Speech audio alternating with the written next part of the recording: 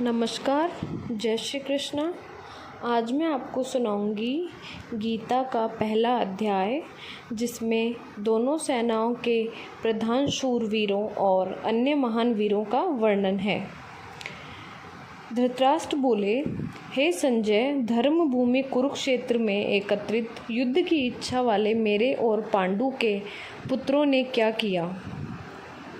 संजय बोले, उस समय राजा दुर्योधन ने व्यवहार युक्त पांडवों की सेना को देखा और द्रोणाचार्य के पास जाकर यह वचन कहा, हे आचार्य, आपके बुद्धिमान शिष्य द्रुपद पुत्र और धृष्टद्युम्न द्वारा व्यवहार खड़ी की हुई पांडु पुत्रों की इस बड़ी भारी सेना को देखिए। इस सेना में बड़े बड़े धनुषों वाले तथा युद्ध में भीम और अर्जुन के समान शूरवीर, सात्विक और विराट तथा महारथी राजा द्रुपद, धृष्टकेतु और चेकितान तथा बलवान काशीराज, पुरुजीत, कुंतीभोज और मनुष्यों में श्रेष्ठ शैब्य, पराक्रमी, युद्धाम्यु तथा बलवान उत्तमौजा, सुभद्रापुत्र, अभिमन्यु एवं द्रौपदी के पांचों पुत्र, ये सभी महारथी हैं। हे ब्रह्मश्रेष्ठ, अपने पक्ष में जो भी प्रधान हैं उनको आप समझ लीजिए। उनकी जानकारी के लिए मेरी सेना के जो सेनापति हैं मैं उनको बतलाता हूँ। आप द्रोणाचार्य और पितामह भीष्म तथा कर्ण और संग्राम विजयी कृपाचार्य तथा वैसे ही अश्वत्थामा, विकर्ण और सोमदत्त का पुत्र भूरिश्रवा और भी मेरे लिए जीवन की आशा त्याग देने वाले बहुत से शूरवीर, अनेक प्रकार के शास्त्रों से सुसज्जित और सबके सब युद्ध में चतुर हैं। भीष्म पितामह द्वारा रक्षित हमारी वह सेना की सब प्रकार से अजय है और भीम द्वारा रचित इन लोगों की यह सब सेना जीतने में सुगम है। इसलिए सब मोर्चों पर अपनी अपनी जगह स्थित रहते हुए आप लोग सभी निसंदेह भीष्म पितामह की ही सब ओर से रक्षा करें। कौरवों में वृद्ध बड़े प्रतापी पितामह भीष्म ने उस दुर्योधन के हृदय में हर्ष उत्पन्न करते हुए उच्च स्वर में सिंह की दहाड़ के समान गरजकर शंख बजाया। इसके पश्चात शंख और नगाड़े तथा ढोल, मृदंग और नरसिंगे आदि बाजे एक साथ ही बज उठे। उनका वह शब्द बड़ा भयंकर हुआ। इसके अनंतर सफ़ेद घोड़ों से युक्त उत्तम रथ में बैठे हुए श्री कृष्ण महाराज और अर्जुन ने भी अलौकिक शंख बजाए। श्री कृष्ण महाराज ने पांडंजय नामक, अर्जुन ने देवदत्त नामक और भयानक कर्म वाले भीमसेन ने पौंड नामक महाशंख बजाए। कुंती पुत्र राजा युधिष्ठिर ने अनंत विजय नामक और नकुल तथा सहदेव ने सुघोष और मणिपुष्पक नामक शंख बजाए। श्रेष्ठ धनुष वाले काशीराज और महारथी शिखंडी एवं धृष्टद्युम्न तथा राजविराट और अजय सात्विक राजा द्रुपद एवं द्रौपदी के पांचों पुत्र और बड़ी भुजा वाले सुभद्रा पुत्र अभिमन्यु, इन सभी ने हे राजन सब ओर से अलग अलग शंख बजाए और उस भयानक शब्द ने आकाश और पृथ्वी को भी गुंजाते हुए एक धात्र राष्ट्रों के अर्थात आपके पक्ष वालों के हृदय विदीर्ण कर दिए। हे राजन, इसके बाद कपिध्वज अर्जुन ने मोर्चा बांधकर डटे हुए धृतराष्ट्र संबंधियों को देखकर उस शस्त्र चलाने की तैयारी के समय धनुष उठाकर ऋषिकेश श्री कृष्ण महाराज से यह वचन कहा, हे मेरे रथ को दोनों सेनाओं के बीच में खड़ा कीजिए और जब तक कि मैं युद्ध क्षेत्र में डटे हुए युद्ध के अभिलाषी इन विपक्षी योद्धाओं को भली प्रकार देख न लूँ, इस युद्ध रूप व्यवहार में मुझे किन किन के साथ युद्ध करना योग्य है, तब तक उसे खड़ा रखिए। दुबुद्धि दुर्योधन का युद्ध में हित चाहने वाले जो राजा लोग इस सेना में आए हैं, इन युद्ध करने वालों को मैं देखूंगा। संजय बोले, हे धृतराष्ट्र, अर्जुन द्वारा कहे अनुसार महाराज श्री कृष्णचंद्र ने दोनों सेनाओं के बीच में भीष्म और द्रोणाचार्य के सामने तथा संपूर्ण राजाओं के सामने उत्तम रथ को खड़ा कर इस प्रकार कहा कि हे पार्थ, युद्ध के लिए जुटे हुए इन कौरवों को देखो। इसके बाद प्रथापुत्र अर्जुन ने उन दोनों ही सेनाओं में स्थित ताऊ चाचों, दादा परदादाओं को, गुरुओं को, मामाओं को, भाइयों को, पुत्रों को, पोत्रों को तथा मित्रों को, ससुरों को और शुद्धों को भी देखा। उन उपस्थित संपूर्ण बंधुओं को देखकर वे कुंतीपुत्र अर्जुन अत्यंत करुणा से युक्त होकर शोक करते हुए यह वचन बोले, हे कृष्ण, युद्ध क्षेत्र में डटे हुए युद्ध के अभिलाषी इस स्वजन समुदाय को देखकर मेरे अंग शिथिल हो जा रहे हैं और मुख सूखा जा रहा है तथा मेरे शरीर में कंप और रोमांच हो रहा है। हाथ से गांडीव धनुष गिर रहा है और त्वचा भी बहुत जल रही है तथा मेरा मन भ्रमित सा हो रहा है, इसलिए मैं खड़ा रहने को भी समर्थ नहीं हूँ। हे केशव, मैं लक्षणों को भी विपरीत ही देख रहा हूँ तथा युद्ध में स्वजन समुदाय को मारकर कल्याण भी नहीं देखता। हे कृष्ण, मैं न तो विजय चाहता हूँ और न राज्य तथा सुखों को ही।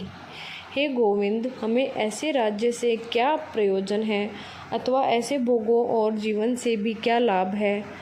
हमें जिनके लिए राज्य, भोग और सुखादि अभिष्ट है, वे ही ये सब धन और जीवन की आशा को त्याग कर युद्ध में खड़े हैं। गुरुजन, ताऊ, चाचा, लड़के और उसी प्रकार दादाजी, मामा, ससुर, पौत्र, साले और सभी संबंधी लोग हैं। हे मधुसूदन, मुझे मारने पर भी अथवा तीनों लोकों के राज्य के लिए भी मैं इन सबको मारना नहीं चाहता, फिर पृथ्वी के लिए तो क्या ही कहना।